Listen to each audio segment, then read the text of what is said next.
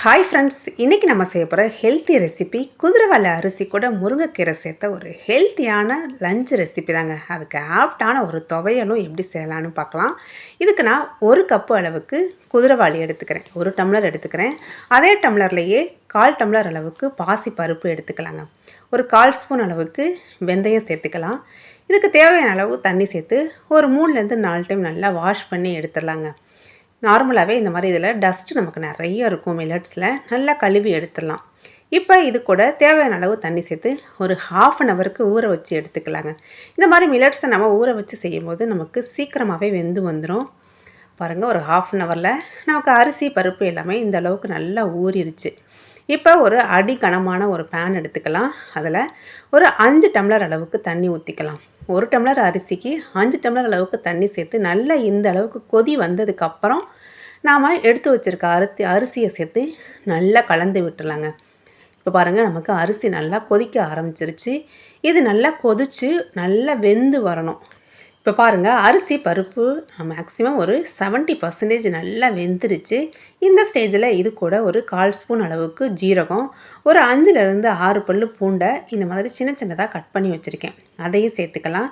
இது கூடவே நல்லா கை நிறைய க்ளீன் பண்ணிவிட்டு கழுவி வச்சுருக்க முருங்கைக்கீரையும் சேர்த்துக்கலாங்க. முருங்கைக்கீரை கண்டிப்பாக சேருங்க, டேஸ்ட்டு சூப்பராக இருக்கும். நீங்கள் முருங்கைக்கீரை இல்லைன்னா வேறு ஏதாவது கீரை கூட ஆட் பண்ணிக்கலாம். இது எல்லாத்தையும் சேர்த்து நல்லா கலந்து விட்டுறலாங்க. இந்த ஸ்டேஜ்லேயே இந்த டிஷ்ஷுக்கு தேவையான உப்பையும் சேர்த்துடலாம். உப்பையும் சேர்த்து நல்லா மிக்ஸ் பண்ணி விட்டுறலாம். இந்த கீரை சீக்கிரமாகவே நமக்கு கீரை வெந்து வந்துடும். இது எல்லாமே நல்லா வெந்து அதோட கன்சிஸ்டன்சி மாறி வரட்டும். பாருங்கள், அரிசி பருப்பு எல்லாமே நமக்கு நல்லா வெந்துருச்சு. கீரையும் ஓரளவுக்கு நல்லா குக் ஆகிருச்சு. இந்த ஸ்டேஜில் 1 டம்ளர் அளவுக்கு தேங்காய் பால் சேர்த்துக்கிறேன். தேங்காய் பால் சேர்த்து இதை நல்லா கலந்து விட்டுடலாங்க. நல்லா ஒன்று சேர கலந்து விட்டுடலாம். லைட்டாக ஒரு கொதி வந்தால் போகிறோம். தேங்காய் சேர்த்துக்கப்புறம் ரொம்ப தள்ளலாம் கொதிக்க வேணாம். நம்ம ஸ்டவ் ஆஃப் பண்ணிட்டு இறக்கி வச்சிடலாங்க. அவ்வளோதாங்க, இந்த குதிரைவாலி கஞ்சி நமக்கு ரெடி ஆயிடுச்சு. இப்போ அதுக்கு ஒரு துவையல் ரெடி பண்ணிடலாம். ஒரு பேனில் கொஞ்சமாக எண்ணெய் விட்டு 2 டேபிள் ஸ்பூன் அளவுக்கு இந்த மாதிரி தோல் உளுந்து சேர்த்துக்கிறேன். இது கூட காரத்துக்காக ஒரு மிளகாய், 2 பூண்டு சேர்த்துக்கலாம். ஒரு சின்ன துண்டு புளியும் சேர்த்துக்கலாம். இது எல்லாத்தையும் சேர்த்து நல்லா ஒன்று சேர கலந்து விட்டுலாங்க.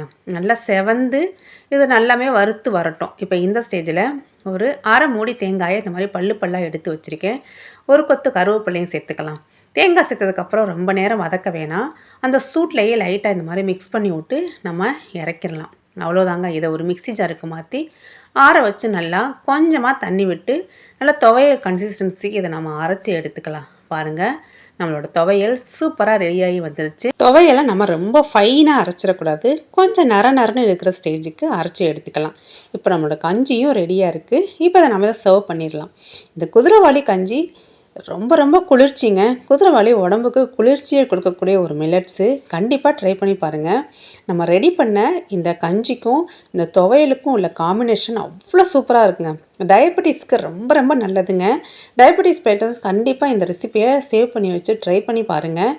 இது மாதிரி நிறைய மில்லட்ஸு, குதிரைவாலி, கம்பு, வரகு, இது மாதிரி எல்லா மில்லட்ஸ் வச்ச ரெசிபீஸுமே நம்ம சேனலில் இருக்குங்க. மறக்காமல் செக் பண்ணி பாருங்கள். இந்த வீடியோ யூஸ்ஃபுல்லாக இருந்தால் ஒரு லைக், ஷேர் கொடுத்துருங்க ஃப்ரெண்ட்ஸ். அப்படியே ஷீலா எர்னர்ஸ் சேனலை மறக்காமல் சப்ஸ்கிரைப் பண்ணிடுங்க. தேங்க்ஸ் ஃபார் வாட்சிங்.